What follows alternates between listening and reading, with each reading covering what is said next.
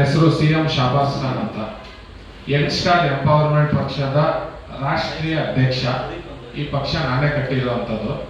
ಇದರ ಜೊತೆಗೆ ನಾನು ಈ ಬಾರಿ ನಡೀತಾ ಇರುವಂತಹ ದಾವಣಗೆರೆ ವಿಧಾನಸಭಾ ಕ್ಷೇತ್ರದ ಬೈ ಎಲೆಕ್ಷನ್ ಅಭ್ಯರ್ಥಿ.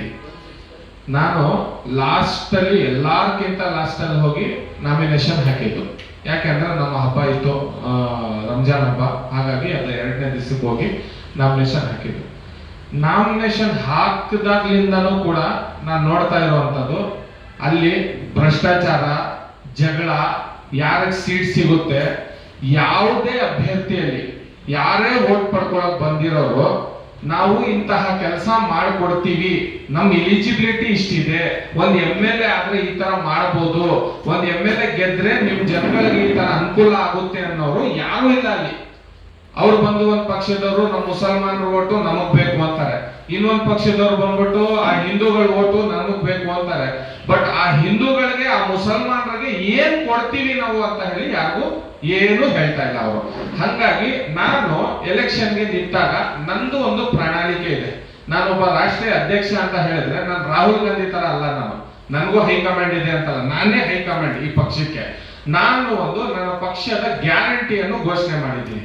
ಇವತ್ತಲ್ಲ, ಇವತ್ತಿನ 10 ವರ್ಷಕ್ಕೆ ನನ್ನ ಪಕ್ಷ ಬಂದ್ರು ಕೂಡ ನಾನು ಪ್ರತಿಯೊಬ್ಬರದ್ದು 10 ಲಕ್ಷ ರೂಪಾಯಿ ಸಾಲ ಮನ್ನಾ ಮಾಡಿಸ್ತೀನಿ.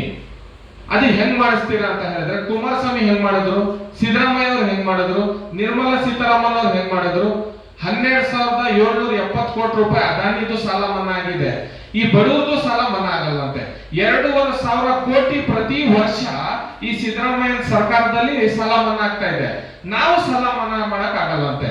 500ರಿಂದ 900 ಕೋಟಿ ರೂಪಾಯಿ ಒಬ್ಬ ಕ್ಷೇತ್ರಕ್ಕೆ ದುಡ್ಡು ಹಣ ಹೋಗುತ್ತೆ. ಅದ್ರಲ್ಲಿ ಒಂದು 200 ಕೋಟಿ ಒಬ್ಬೊಬ್ಬ MLA ಸಾಲ ಮನ್ನಾ ಮಾಡಿದ್ರು ಕೂಡ ಅವ್ರ ಸಾಲಗಳು ಮನ್ನಾ ಆಗುತ್ತೆ, ನೆಮ್ಮದಿಯಾಗಿ ಬದುಕಬಹುದು. ಈ ಸಾಲ ಮನ್ನಾ ಆಗಲ್ಲಂತೆ. ಯಾಕಂದ್ರೆ ನಾವು ಡೆಪ್ಟ್ ಫ್ರೀ ಇಂಡಿಯಾ ಅಂತ ಹೇಳಿ. ಈಗ ನಂದು ಸೀರಿಯಲ್ ನಂಬರ್ 10 ಸಿಲಿಂಡರ್ ಗುರುತು. ನಂದು ಒಂದೇ ಚಾಲೆಂಜ್, ನಾನು ಒಂದ್ಸತಿ MLA ಮಾಡಿದ್ರೆ ನಾನು 10 ಲಕ್ಷ ರೂಪಾಯಿ ಪ್ರತಿಯೊಬ್ಬರದ್ದು ಸಾಲ ಮನ್ನಾ ಮಾಡಿ ತೋರಿಸ್ತೀನಿ. ಪ್ರತಿಯೊಂದು ಮನೆಗೆ 10 ಸಿಲಿಂಡರ್ ಕೂಡ ಫ್ರೀ ಕೊಡ್ತೀನಿ ಅಂತ ಹೇಳಿದ್ವಿ. ಎಲ್ಲಿಂದ ತಗೊಂಡ್ ಬರ್ತೀರಾ ಅಂತ ಹೇಳ್ತಾರೆ. ಇವ್ರು ಬೇರೆ MLAಗಳು ಎಲ್ಲಿಂದ ತಗೊಂಡ್ ಬರ್ತಾರ? ಅವರು ಎಲ್ಲರೂ ವಿಧಾನಸೌಧದಿಂದ ದೋಚ್ಕೊಂಡ್ ಬಂದ್ರೆ ನಿಮ್ಗೆ ಹಾಕೋದಲ್ಲಿ. ಅದ್ರಲ್ಲಿ ಒಬ್ಬ ಕಿಡಿಗೇಡಿ ಏನ್ ಮಾಡಿದಾನಂದ್ರೆ, ಇವ್ರು ಎಲ್ಲಾ ರೀತಿಯ ಷಡ್ಯಂತ್ರಗಳು ಮಾಡ್ತಾರೆ. ಒಂದು ಅಭ್ಯರ್ಥಿ ಅಂದ್ಮೇಲೆ ಈಗ ಎಲ್ಲಾರು ಕೂಡ ಒಂದೊಂದು ಗ್ಯಾರಂಟಿ ತಗೊಂಡ್ ಬರ್ತಾರೆ. ನಮ್ಗೆ ಇದ್ ನೋಡಿ ಓಟ್ ಹಾಕಿ, ಅದ್ ನೋಡಿ ಓಟ್ ಹಾಕಿ, ಒಬ್ಬನ್ ಕಲರ್ ನೋಡಿ ಓಟ್ ಹಾಕಿ, ಒಬ್ಬನ್ ಟೋಪಿ ನೋಡಿ ಓಟ್ ಹಾಕಿ ಅಂತ. ನನಗೊಬ್ಬ ನಿನ್ನೆ ಫೋನ್ ಮಾಡ್ಬಿಟ್ಟು ಅವನ RTA ಕಾರ್ಯಕರ್ತ ಅಂತೆ, BJPಯಲ್ಲಿ ಕಾರ್ಯಕರ್ತ ಅಂತೆ. ಅವನು ಒಬ್ಬ ನಮ್ಮವನೇ, ಮುಸ್ಲಿಮ್ಸ್ ಅವನು. ಬಟ್ ಅವನ್ ಏನ್ ಮಾಡಿದಾನಂದ್ರೆ, ಅವ್ರ ದುಡ್ಡಿನ ಆಸೆಗೆ ನನಗ್ ಫೋನ್ ಮಾಡಿ ಅವಚ್ಚ ಶಬ್ದಗಳಿಂದ ಬೈದಿ, ನಿಂದಿಸಿ, ನಮ್ಮ ತಂದೆ ತಾಯಿ ಏನು ಬಿಟ್ಟಿಲ್ಲ ಅವನು, ಆ ರೀತಿ ಬೈತಾ ಇದ್ದಾನೆ. ಆಮೇಲೆ ಅವರೆಲ್ಲ ಧಮಕಿ ಕೊಟ್ಟಿದ್ದಾನೆ. ಏನಂತ ಹೇಳಿದ್ರೆ, ದಾವಣಗೆರೆಯಲ್ಲಿ ಕಾಲಿಟ್ರೆ ನಿನಗೆ ಮರ್ಡರ್ ಮಾಡ್ತೀನಿ ಅಂತ ಹೇಳ್ಬಿಟ್ಟು. ಇದು ಮಾಡಲ್ ಕೋಡ್ ಆಫ್ ಕಂಡಕ್ಟ್ ಉಲ್ಲಂಘನೆ ಅಲ್ವಾ? ಇದು ರಿಟರ್ನಿಂಗ್ ಆಫೀಸರ್ಗೆ ಕಂಪ್ಲೇಂಟ್ ಕೊಟ್ಟಿದ್ದೀವಿ ನಾವು. ಅವ್ರಿಗೆ ಈಗಲೂ ಕೂಡ ನಾನು ಫೋನ್ ಮಾಡಿದ್ದೆ, FIR ಕಾಪಿ ನೀವು ಹಾಕ್ಲೇಬೇಕು. ಯಾಕಂದ್ರೆ ನಾನ್ ಬೇಲೆಬಲ್ 3 ತಿಂಗಳು ಹೋಗ್ತಾನ ಅವನು. ಯಾರಿಗೂ ಕೂಡ ಅಭ್ಯರ್ಥಿ ಅಂತ ಹೇಳಿದ್ಮೇಲೆ ನಾನೇ ಅಂತಲ್ಲ, ಒಬ್ಬ ಇಂಡಿಪೆಂಡೆಂಟ್ ನಿಂತಿರೋನ್ಗೂ ಕೂಡ RO ಆಫೀಸಲ್ಲಿ ಮೀಟಿಂಗ್ ಕರೆದಾಗ ನಾವೆಲ್ಲರೂ ಹೋಗಿ ಕೂತ್ಕೋತೀವಿ. ಕೂತ್ಕೊಂಡಾಗ ಅವ್ರು ಏನ್ ಹೇಳ್ತಾರೆ ಅದನ್ನ ಕೇಳ್ಬೇಕು. ನಮಗ್ ಸುಪ್ರೀಂ ಯಾರು? Returning officer. ಅಲ್ಲಿನ SP ಅಲ್ಲ, ಅಲ್ಲಿನ DC ಅಲ್ಲ, ಅಲ್ಲಿನ ಕಮಿಷನರ್ ನಮಗಲ್ಲ ಸುಪ್ರೀಂ. ನಮಗ್ ಸುಪ್ರೀಂ ಇರೋದು ರಿಟರ್ನಿಂಗ್ ಆಫೀಸರ್ ಒಂದೇ. ರಿಟರ್ನಿಂಗ್ ಆಫೀಸರ್ಗೆ ಸುಪ್ರೀಂ ಯಾರು ಅಂತ ಹೇಳಿದ್ರೆ ಅಬ್ಸರ್ವರ್ ಒಂದೇ. ಅಬ್ಸರ್ವರ್ಗೂ ಫೋನ್ ಮಾಡಿದ್ದೀನಿ, ಅವ್ರಿಗೂ ಹೇಳಿದ್ದೀನಿ. ನಮ್ಮ ಏಜೆಂಟ್ ಹೋಗಿ ಅಲ್ಲಿ ಕಂಪ್ಲೇಂಟ್ ಮಾಡಿದ್ದಾರೆ. ನಾನು ಪಾದಯಾತ್ರೆ ಹೊರಟಿದ್ದೆ. ನಾವು ಎಲ್ಲಿಂದ ಇಲ್ಲಿ ಮೆಜೆಸ್ಟಿಕ್ ಅಲ್ಲಿ ಒಂದು ದರ್ಗಾ ಇದೆ, ನಮ್ದು ತೌಕಲ್ ಮಸ್ತಾನ್ ದರ್ಗಾ ಅಂತ. ಆ ದರ್ಗಾದಿಂದ ನಾನು ನಡ್ಕೊಂಡು ಒಂದು ಹರಕೆ ಹೊತ್ಕೊಂಡು ಜೌಗಲ್ ಗಂಟ ನಡ್ಕೊಂಡು ಹೋಗಿದ್ದೀನಿ. ಅದು ನನ್ನ ವೈಯಕ್ತಿಕ. ಎಲೆಕ್ಷನ್ ಇದೆ ಅಂತ ನಡ್ಕೊಂಡು ಹೋಗಿರೋದಲ್ಲ, ಅದು ಎಲೆಕ್ಷನ್ ಅಲ್ಲಿ ಗೆಲ್ಲಿ ಅಂತ ನಡ್ಕೊಂಡು ಹೋಗಿರೋದಲ್ಲ. ಇಲ್ಲಿಂದ ಅಯ್ಯಪ್ಪ ಸ್ವಾಮಿವರೆಗೂ ನಡ್ಕೊಂಡು ಹೋದ್ರು ಕೂಡ ದೇವರು ನಿಯತ್ ನೋಡ್ಬಿಟ್ಟೆ ಕೊಡೋದು, ನೀನು ಹಿಂದೂ ಆಗಿರ್ಲಿ ಮುಸ್ಲಿಮ್ಸ್ ಆಗಿರ್ಲಿ. ಬಟ್ ನಾನ್ ನನ್ನ ಹರಕೆನ ತಗೊಂಡು ಅವರು ಈ ಜನಗಳ, ಯಾಕಂದ್ರೆ ಅಲ್ಲಿ ಸುನ್ನಿ ಮುಸ್ಲಿಮ್ಸ್ ಅನ್ನೋದು 92,000 ಜನ ಇದ್ದಾರೆ ಇಲ್ಲಿ ದಾವಣಗೆರೆ. ಅವರೆಲ್ಲ ಓಟ್ ಹಾಕಿ ನನ್ನ ಗೆಲ್ಲಿಸ್ತಾರ ಅಂತ ಹೇಳಿ ಒಂದೊಂದು ಓಟಿಗೆ 7,000 ರೂಪಾಯಿ ಕೊಡ್ತಾ ಇದ್ದಾರೆ. ಒಂದು ಓಟ್ 7,000 ರೂಪಾಯಿ. ಈ ಕುಕ್ಕರ್ ನಿಕ್ಕರ್ ಕೊಟ್ಬಿಟ್ಟು ಓಟನ್ನ ಮಾರ್ಕೊಂಡು ನಾನು ಚಾಲೆಂಜ್ ಮಾಡಿದ್ದೀನಿ. ನಾನು ನಮ್ಮ ದೇವರ ಪುರಾಣ ಮೇಲೆ ಪ್ರಮಾಣ ಮಾಡಿ ಹೇಳಿದ್ದೀನಿ. ನಾನು ಗೆದ್ರೆ ಈ ಕೆಲಸ ಮಾಡ್ಕೊಡ್ತೀನಿ. ಯಾಕಂದ್ರೆ ಸೆಕ್ಯೂರ್ಡ್ ಲೋನ್ ಅಂದ್ರೆ ಏನು, ಅನ್ಸೆಕ್ಯೂರ್ಡ್ ಲೋನ್ ಏನಂದ್ರೆ, RBI ಗೈಡ್ಲೈನ್ಸ್ ಏನಿದೆ, ಪೇಮೆಂಟ್ಸ್ ಅಂಡ್ ಸೆಟಲ್ಮೆಂಟ್ ಆಕ್ಟ್ 2007 ಅಂದ್ರೆ ಏನು, ನೆಗೋಷಿಯಬಲ್ ಇನ್ಸ್ಟ್ರೂಮೆಂಟ್ ಆಕ್ಟ್ ಅಂದ್ರೆ ಏನು, ಎಲ್ಲಾ ತಿಳಿಸಿ ಎಲ್ಲಾ ಮಾಡಿ ಈ ಜಾಸ್ತಿ ಬುದ್ಧಿವಂತಿಕೆ ಇರುತ್ತೆ ನೋಡಿ. ಈಗ ನೀವೆಲ್ಲ ಪತ್ರಕರ್ತರು, ನೀವು ಪ್ರಶ್ನೆ ಮಾಡೋದ್ರಲ್ಲಿ ಒಂದು ದಮ್ಮಿ ಇರುತ್ತೆ, ಒಂದು ತಾಕತ್ ಇರುತ್ತೆ, ಒಂದು ಸಮಾಜಕ್ಕೆ ಒಂದು ಉತ್ತರ ಹೋಗುತ್ತೆ. ಅದಕ್ಕೆ ಯಾರ್ಯಾರೋ ರೋಡಲ್ಲಿ ಹೋಗೋರು 500 ರೂಪಾಯಿಗೆ 600 ರೂಪಾಯಿಗೆ ಅವ್ನು ವೋಟ್ ಮಾಡ್ಕೊಳ್ಳೋನು, ಇವನು ಯಾವ್ದೋ ಕಂಪನಿ ಯಾವ್ದೋ ಪಕ್ಷದ ಬಾವುಟ ಹಿಡ್ಕೊಂಡು ಓಡಾನೋನು ಈ ತರ ಫೋನ್ ಮಾಡಿ ನನಗೆ ಧಮಕಿ ಕೊಟ್ಟಿದ್ದಾನಂದ್ರೆ ಇದು ಪೀಸ್ಫುಲ್ ಎಲೆಕ್ಷನ್? ನಾನು ನಿಮಗೆ ಕೇಳೋದು, ಇದು ಪೀಸ್ಫುಲ್ ಎಲೆಕ್ಷನ್? ಇದು ಈ ನಡೀತಾ ಇದೆಯಲ್ಲ, ಇದು ರೌಡಿಸಮ್ ಎಲೆಕ್ಷನ್ ಅಂತಾರೆ. ಇದಕ್ಕೆ ಪೀಸ್ಫುಲ್ ಎಲೆಕ್ಷನ್ ಅಂತ ಹೇಳಕ್ ಸಾಧ್ಯ ಇಲ್ಲ. ದಾವಣಗೆರೆಯಲ್ಲಿ ನಡೀತಾ ಇರುವಂತದ್ದು, ಅವನ್ ಯಾರೋ ಪೈಲ್ವಾನ್ ಬಂದ, ಅವನಿಗೆ ತಗೊಂಡು ದೊಡ್ಡದಾಗಿ ಇದು ಮಾಡಿದ್ರು. ಲಾಸ್ಟ್ ಅವನು ದೇವ್ರು ಬಂದ್ರು ನಾನು ಚೇಂಜ್ ಆಗಲ್ಲ ಅಂತ ಹೇಳ್ಬಿಡ, ದೇವ್ರು ಬರೋಕ್ಕಿಂತ ಮುಂಚೆನೆ ಅವ್ನು ಚೇಂಜ್ ಆಗ್ಬಿಟ್ಟಾನು, ಎಲ್ಲಿ ದೇವ್ರ ಕೆಳಗಡೆ ಇಳಿದ್ಬಿಡ್ತಾನು ಅಂತ ಹೇಳಿ. ಈ ತರ ಸಾವಿರಾರು ಜನಗಳಿಗೆ ನೋಡಿ, ಮುಸ್ಲಿಮ್ಸ್ ಅಂತ ಮತ ಜಾಸ್ತಿ ಇದೆ ಅಂತನಲ್ಲ, ಹಿಂದೂಗಳಂತನಲ್ಲ, ಇದು ಅಖಂಡ ಭಾರತಕ್ಕೆ ನಿರ್ಮಾಣ ಮಾಡಿರುವಂತದ್ದು. ಇದು ಆಚಾರ್ಯ ಚಾಣಕ್ಯ ಕಟ್ಟಿರುವಂತ ಬಾಬಾ ಸಾಹೇಬ್ ಭೀಮ್ರಾವ್ ಅಂಬೇಡ್ಕರ್ ಐಡಿಯಾಲಜಿ ಮೇಲೆ ನಡೆಯುವಂತ ದೇಶ ಇದು ನಮ್ದು. ಇದು ನಿಮ್ ಮುಸ್ಲಿಮ್ಸು, ನಿಮ್ ಹಿಂದೂ, ಯದಾ ಯದಾದಿ ಧರ್ಮಸ್ಯ ಯದದಿ ಭವತು ಭಾರತ. ಇದು ನೀನ್ ಕಟ್ಟಿರೋದಲ್ಲ, ನಾನ್ ಕಟ್ಟಿರೋದಲ್ಲ. ಆ 12 ವರ್ಷದ ಹುಡುಗನ್ ಕರ್ಕೊಂಡ್ಬಂದು ಅಖಂಡ ಭಾರತವನ್ನು ಕಟ್ಟಿರೋದು. ಇಂಥದ್ರಲ್ಲಿ ನೋಡಿ, ನನ್ನ ಕಂಪ್ಲೇಂಟ್ ಕಾಪಿನೂ ಇದೆ ನನ್ನ ಹತ್ರ. ಅವನು ಬೈದಿರೋಂಥದ್ದು ಎಲ್ಲ ರೆಕಾರ್ಡಿಂಗು ಕೂಡ ಕಳಿಸಿದ್ದೀನಿ ನಾನು. ರೆಕಾರ್ಡಿಂಗ್ ಎಷ್ಟು ಖರಾಬ್ ಇದೆ ಅಂತ ಹೇಳಿದ್ರೆ, ಅದು ನನ್ನ ಜೀವನದಲ್ಲಿ ನಾನು ಕೇಳಿರ್ಲಿಲ್ಲ ಆ ತರ ಶಬ್ದಗಳು. ಆ ತರ ಬೈತಾನ ಅವನು. ಅವನು ವಸೀಂ ಅಂತ ಹೇಳ್ಬಿಟ್ಟು, ಮೊಹಮ್ಮದ್ ವಸೀಂ ಅವನ ಹೆಸರು. ಅವನು ದಾವಣಗೆರೆ, ಅವನು ಲೋಕಲ್. ಅವನು ಅಂದ್ರೆ ಈಗ ಎಲ್ಲಿ ಮುಸಲ್ಮಾನರು ಓಟ್ಗಳ, ಈಗ ಪ್ರತಿ ಒಂದು ಹೆಣ್ಮಗುಗೂ ಗೊತ್ತು 10 ಸಿಲಿಂಡರ್ ಫ್ರೀ ಕೊಡ್ತಾರಂದ್ರೆ ಇವ್ರಿಗೆ ಓಟ್ ಹಾಕ್ಬೇಕು ಅಂತ, 10 ಲಕ್ಷ ಸಾಲ ಮನ್ನಾ ಮಾಡಿಸ್ತಾನಂದ್ರೆ ಇವ್ರಿಗೆ ಓಟ್ ಹಾಕ್ಬೇಕು. ಒಂದ್ಸತಿ ಅವಕಾಶ ಕೊಟ್ಟು ನೋಡ್ಬೋದಲ್ಲ, ನಾನು ಮಾಡಿಲ್ಲ ಅಂದ್ರೆ 15 ದಿನದಲ್ಲಿ ರಾಜೀನಾಮೆ ಕೊಡ್ಬೋದಲ್ಲ. ಇದೇನ್ ರಿಎಲೆಕ್ಷನ್ ಆಗಲ್ಲ ಮತ್ತೆ ಇದಿಲ್ಲ ಅಂತ ಹೇಳ್ವಲ್ಲ, ಇದು ಶಾಶ್ವತ ಅಲ್ವಲ್ಲ. ಸೀಟ್ಗೋಸ್ಕರ ಸಾಯುವಂತ ಜನ ಇವರು. ಯಾಕಂದ್ರೆ ಸೀಟ್ ಅಂದ್ರೆ ಜೀವ ಬಿಟ್ಬಿಡ್ತಾರೆ. ಇವ್ರ ಜೀವಮಾನದಲ್ಲೂ ಕೂಡ ಇವರು ಈ ಎಷ್ಟು ಜನ MLA-ಗಳಾಗಿದ್ದಾರೆ ಇವತ್ತು ನೋಡಿ. ಇಡೀ ಕ್ಯಾಬಿನೆಟ್ ಕಾಂಗ್ರೆಸ್ದು ಅಲ್ಲಿದೆ ದಾವಣಗೆರೆಯಲ್ಲಿ. ಒಬ್ಬೊಬ್ಬ ಒಂದೊಂದು ರೀತಿ ಸ್ಟೇಟ್ಮೆಂಟ್. ಅವ್ರ ಕ್ಷೇತ್ರಕ್ಕೆ ಹೋಗಿ ನೋಡಿ, ಅವ್ರಿಗೆ ಕಸ ಎತ್ತಿಲ್ಲ. ಈ ಶಿವಾಜಿನಗರ ಕ್ಷೇತ್ರದಿಂದ ಅಲ್ಲಿ ಹೋಗಿದ್ದಾರೆ, ಈ ಶಿವಾಜಿನಗರದಲ್ಲಿ ಹೋಗಿ ಗೆಬ್ಬೆ ಬಸ್ ಎತ್ತಿದ್ದಾರೆ. ಅವ್ರ ಕ್ಷೇತ್ರನ ನೀಟಾಗಿ ಇಟ್ಕೊಳ್ಳಿ ಅಂದ್ರೆ ಅಲ್ಲಿ ಅವನ ಕೆಲ್ಸಕ್ಕೆ ಹೋಗಿದ್ದಾರೆ ಅವರು. ನಾ ಗೆಲ್ಲಿಸ್ಲಿ, ನಿಮ್ ಪಕ್ಷದ ಕೆಲಸ, ನಿಮ್ ಕಾರ್ಯ ಯಾರೇ ಇದ್ರು ಕೂಡ ನಿಮ್ ಪಕ್ಷ ನಿಮ್ ಇದನ್ನು ನೀವು ಮಾಡ್ಲೇಬೇಕು, ಬೇಡ ಅಂತಲ್ಲ. ನಮಗೆ ಧಮಕಿ ಕೊಡಿಸುವಂತ ಅವಶ್ಯಕತೆ ಏನ್ ಬಂತು ನಿಮ್ಗೆ? ಇಷ್ಟು ಹೇಳಿತನ ಏನಕ್ಕೆ ಬಂತು? ಇದೇ ಕೆಲಸ ನೀವು ಎಲೆಕ್ಷನ್ ಆದ್ಮೇಲೆ ಮಾಡ್ಬೋದಾಗಿತ್ತಲ್ಲ, ಇಲ್ಲ ಎಲೆಕ್ಷನ್ ಗಿಂತ ಮುಂಚೆ ಮಾಡ್ಬೋದಾಗಿತ್ತಲ್ಲ. ನಾನು 3 ವರ್ಷದಿಂದ ಸಾಲದಿಂದ ಸಾಯ್ತಾ ಇರುವಂತ ಜನಗಳಿಗೆ 170 ಜನಕ್ಕೆ ಉಳಿಸಿದೀನಿ. ಅವ್ರ ಕೈಲಿ ಸ್ಟೇಟ್ಮೆಂಟ್ ತಗೊಂಡಿದ್ದೀನಿ. ನೀವು ಸಿಗ್ತಾ ಇರ್ಲಿಲ್ಲ ಅಂದ್ರೆ ನಾವು ಸಾಯ್ತಾ ಇದ್ವಿ ಅಂತ ಹೇಳಿದ್ದಾರೆ. ಈ ಏಜೆಂಟ್ಗಳು DRA ಸರ್ಟಿಫಿಕೇಟ್ ಅಲ್ಲಿ ಇಲ್ದಂಗೆ ಅವ್ರ ಮನೆಗಳ ಹತ್ರ ಹೋಗಿ ಅವ್ರಿಗೆ ಸಾಲಗಾರರು ಸತಾಯಿಸ್ತಾ ಇರೋದನ್ನ ನಾನು ನಿಲ್ಲಿಸಿದೀನಿ. ಅವ್ರಿಗೆ ಲೋಕ್ ಅದಾಲತ್ಗೆ ನೋಟಿಸ್ ಕೊಟ್ಟು ಅಪ್ಲಿಕೇಶನ್ ಹಾಕಿಸಿ ಅದರ ಪ್ರಕಾರ 70 to 90% ಲೋನ್ ನ ವೇ ಆಫ್ ಮಾಡಿಸಿದೀನಿ. ಇದನ್ನೇನು ಆಗಲ್ವಾ? ನಿಮ್ ಕೈಲಿ ಆಗಲ್ಲ ಈ ಕೆಲಸ? ನಾನು ಹೊಸದಾಗಿ ಮಾಡಕ್ ಕೊಟ್ಟಿದ್ದೀನ? ಅದೇ ಜಾಗದಲ್ಲಿ ನನ್ನ ಕೈಲಿ ಒಂದು ಪವರ್ ಬಂದ್ರೆ ನಾನು 10 ಲಕ್ಷ ರೂಪಾಯಿ ಗಂಟ ಸಾಲ ಮನ್ನಾ ಮಾಡಿಸ್ಬೋದು ಅಂತ ಗ್ಯಾರಂಟಿ ಕೊಟ್ಟಿದ್ದೀನಿ, ವಾದ ಮಾಡಿದ್ದೀನಿ, ಕುರಾನ್ ಮೇಲೆ ಪ್ರಮಾಣ ಮಾಡಿದ್ದೀನಿ. ಇನ್ನೇನು ನನ್ನ ತಂದೆ ತಾಯಿನ ತಗೊಂಡೋಗಿ ಅಲ್ಲಿ ಬಿಡಕ್ಕಾಗುತ್ತಾ ನಾನು? ಯಾರೋ ಅವನು ರೋಡಲ್ಲಿ ಹೋಗೋ ಬೇವರ್ಸಿ ಬಂದ್ಬಿಟ್ಟು ನಮಗ್ ಬೈತಾನೆ ಅಂತ ಹೇಳಿದ್ರೆ ನಾವೊಂದು ಸಾಮಾಜಿಕವಾಗಿ ಹೋರಾಟ ಮಾಡೋದು ಬೇಡವಾ? ಒಂದು ಸಾಮಾಜಿಕವಾಗಿ ನಮ್ಗೆ ಫಂಡಮೆಂಟಲ್ ರೈಟ್ಸ್ ಇಲ್ವಾ? ನಮ್ಗೊಂದು ಕಾನೂನು ಭದ್ರತೆ ಇಲ್ವಾ?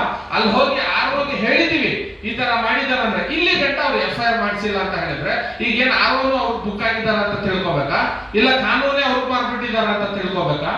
ಇದು SP-ಗೂ ಪವರ್ ಬರಲ್ಲ, DC-ಗೂ ಪವರ್ ಬರಲ್ಲ ಅನ್ನೋದು. ಯಾಕಂದ್ರೆ ಈ ಅಲ್ಲಿ ರಿಟರ್ನಿಂಗ್ ಆಫೀಸರ್ ಇರ್ತಾರಲ್ಲ ಅವ್ರ ಕೈ ಪವರ್. ಚನ್ನಪಟ್ಟಣಕ್ಕೆ ಹೋಗಿ ಎಲೆಕ್ಷನ್ ನಿಲ್ತೀನಿ, ಇಲ್ಲಿ ಯಾಕೆ ಬರ್ತೀರಾ ಅಂತ ನನ್ ಕೇಳ್ತಾರೆ. ನಾನು ನ್ಯಾಷನಲ್ ಪ್ರೆಸಿಡೆಂಟ್ ಅಂತ ಹೇಳಿದ್ಮೇಲೆ ನಾನು ರಿಜ್ವಾನ್ ಅರ್ಷದ್ ಅಲ್ಲ. ನಾನು ಅವ್ರ ಹತ್ರ ಟಿಕೆಟ್ಗೋಸ್ಕರ ಮನೆ ಬಾಕ್ಲ ಗಲಿಯಕ್ಕೆ ನಾನೇ 100 ಜನಕ್ಕೆ ಈಗ GBA ಎಲೆಕ್ಷನ್ ಟಿಕೆಟ್ ಕೊಡ್ತೀನಿ.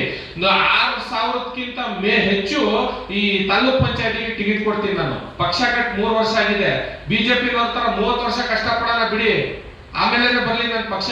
ಈಗಲೇ ಬರ್ಬೇಕಂತ ಏನು ಅವಶ್ಯಕತೆ ಇಲ್ಲ. ನಂದೇನು ವಯಸ್ಸಾಗೋಗಿಲ್ಲ, ನಾನೇನು ಮುದ್ಕ ಅಲ್ಲ. ನಾನು ಈ ಪಂಚೆ ಕಟ್ಕೊಂಡು ಚಪ್ಪಲಿ ಉದುರಿಸ್ಕೊಂಡು ವಿಧಾನಸೌಧಕ್ಕೆ ಮೆಟ್ಲತ್ತಕ್ಕಾಗಿಲ್ಲ ಅಂತ ಹೇಳಿದ್ರು ಈಗಲೂ ಸಾಯ್ತಾ ಇದಾರೆ. ಈ ಯುವಕರಿಗೆ ಅವಕಾಶ ಕೊಡಲ್ಲ, ಯಾರಿಗೂ ಕೂಡ ಬೆಳೆಯಕ್ಕೆ ಯಾರು ಕೂಡ ಬಿಡಲ್ಲ. ಅದರಲ್ಲಿ ಜೀವ ಬೆದರಿಕೆ ಬೇರೆ, ಇರೋದೇ ಇಷ್ಟು ಜೀವ, ಇದಕ್ಕೆ ಬೆದರಿಕೆ ಬೇರೆ ಕೇಳೋದು ನಿಮ್ಗೆ. ಈ ತರ ಮಾಡಿದ್ದಾರೆ. ಇದು ಕಾನೂನು ರೀತಿ ತಪ್ಪು. ಈಗ ನಾವು ಕೂಡ ಅವ್ರಿಗೆ ಹೇಳ್ಬೇಕಾಗಿತ್ತು, ನೂರಾರು ಹೇಳ್ಬೋದಾಗಿತ್ತು, ನಾವು ಹೆದರಿಸಬಹುದಾಗಿತ್ತು. ಹುಡುಗರನ್ನ ನಾವು ಕ್ಯಾಂಪೇನಿಂಗ್ ಮಾಡ್ತಾರೆ. 4,000 ಹೆಣ್ಮಕ್ಳು ಉಚಿತವಾಗಿ ನನಗೋಸ್ಕರ ಕ್ಯಾಂಪೇನ್ ಮಾಡಿದ್ದಾರೆ. ಮನೆ ಮನೆಗೆ ಹೋಗಿ ಸಂಘ ಕಟ್ಕೊಂಡು ಅಲ್ಲಲ್ಲಿ ಗ್ರೂಪ್ ಮಾಡ್ಕೊಂಡು ಮನೆ ಮನೆಗೆ ಹೋಗಿ ನನಗೋಸ್ಕರ ಕ್ಯಾಂಪೇನ್ ಮಾಡಿದ್ದಾರೆ. ಸೀರಿಯಲ್ ನಂಬರ್ 10 ಓಟ್ ಹಾಕಿ, ಸಿಲಿಂಡರ್ ಗುರುತು ಓಟ್ ಹಾಕಿ ಅಂತ. ಸಿಲಿಂಡರ್ ಡಿಮ್ಯಾಂಡ್ ಇದೆ ಅಂತ ಚೆನ್ನಾಗಿ ಗೊತ್ತಾಗಿದೆ ಅವ್ರಿಗೆ. ಹಂಗಾಗಿ ಒಂದೊಂದು ಓಟಿಗೆ 7,000 ರೂಪಾಯಿ. ನೀವು 7 ಅಲ್ಲ 10,000 ಕೊಡಿ, ಯಾಕಂದ್ರೆ ಇವ್ರದೇ ಕಟ್ಟಿರೋದು, ನೀವು ಇವ್ರಿಗೆ ತಂದು ಕೊಡೋದು, ನೀವು ಇಸ್ಕೊಳ್ಳಿ, ಬೇಡ ಅಂತ ಹೇಳಲ್ಲ.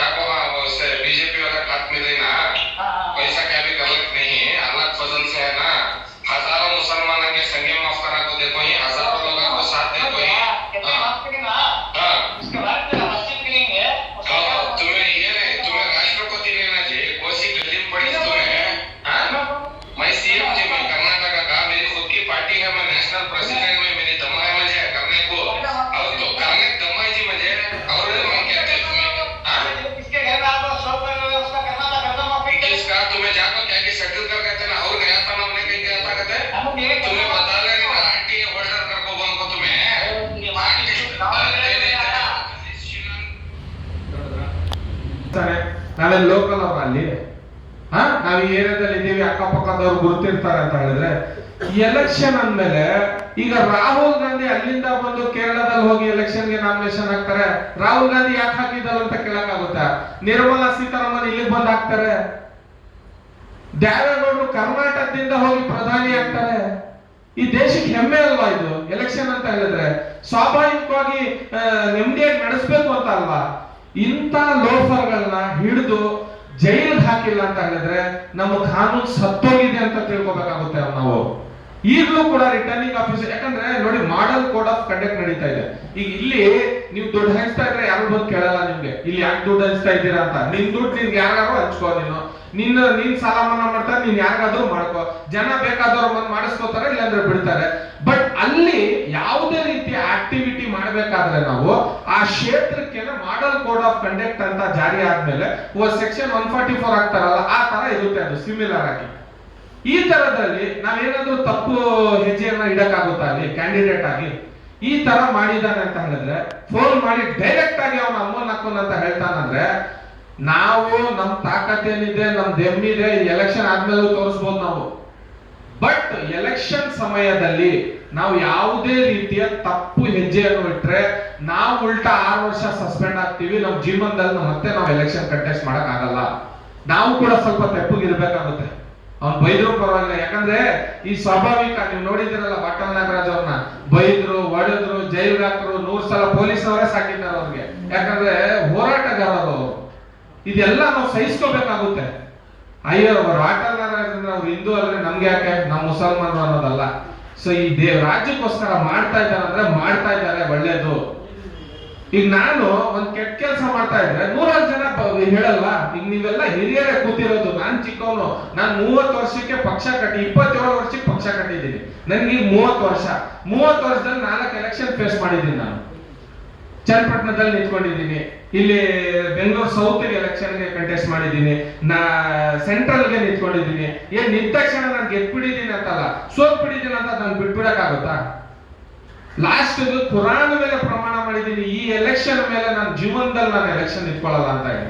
ಯಾಕಂದ್ರೆ ಒಳ್ಳೆ ಜನ ಇಲ್ಲ, ಒಳ್ಳೆಯವ್ರಿಗೆ ಕಾಲನೂ ಇಲ್ಲ. ಇದು ನನ್ ಟಿಕೆಟ್ ತಗೊಂಡು ಯಾರು ಬೇಕಾದ್ರೆ ಎಲೆಕ್ಷನ್ ಇಟ್ಕೊಳ್ಳಿ, ನನ್ಗೆ ಅಭ್ಯಂತರ ಎಲ್ಲ, ಹೋಗಿ ಸ್ವಲ್ಪ ಕ್ಯಾಂಪೇನ್ ಮಾಡ್ಬಿಟ್ಟು ನಾಲ್ಕು ಭಾಷಣ ಮಾಡ್ಬಿಟ್ಟು ಈಗ CM ಇಬ್ರಾಹಿಂ ಅವ್ರು ಅಲ್ಲೋದ್ರು, ನಮಗ್ ವಾದ ಮಾಡಿದ್ರು ಸಾಥ್ ಕೊಡ್ತೀನಿ ಅಂತ, ತಗೊಂಡು ಓಡಾಡಿದ್ರು, ಕೋಗಿಲೆ ಲೇಔಟ ಕಟ್ಬಿಡ್ತೀನಿ ಅಂತ ಹೇಳಿದ್ರು.